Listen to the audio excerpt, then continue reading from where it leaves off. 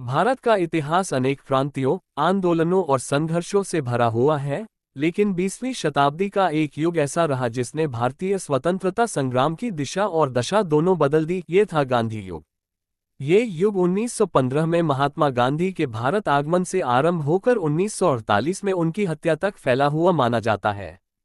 इस कालखंड में भारत में स्वतंत्रता के लिए जो आंदोलन हुए, वे न केवल राजनीतिक थे बल्कि सामाजिक और नैतिक क्रांति के प्रतीक भी बने।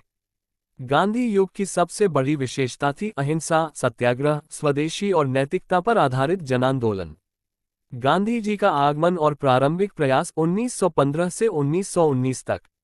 महात्मा गांधी दक्षिण अफ्रीका में रंगभेद के खिलाफ संघर्ष कर 1915 में भारत लौटे। गोपाल कृष्ण गोखले के कहने पर उन्होंने एक वर्ष तक कोई राजनीतिक गतिविधि नहीं की और भारत की सामाजिक राजनीतिक स्थिति का अध्ययन किया। चंपारण, बिहार में नील की खेती करने वाले किसानों पर हो रहे अत्याचार ने उन्हें पहली बार भारतीय भूमि पर सत्याग्रह के लिए प्रेरित किया।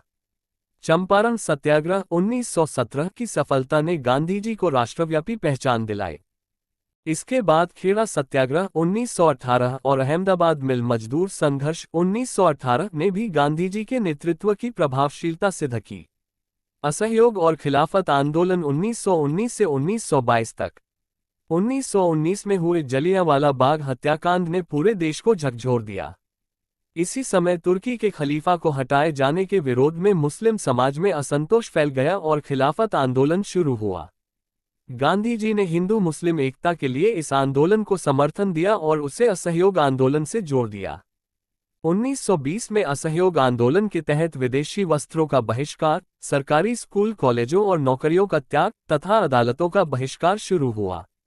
यह आंदोलन तेजी से फैला, लेकिन 1922 में उत्तर प्रदेश के चौरी चौरा में हुई हिंसक घटना के कारण गांधी जी ने इसे वापस ले लिया।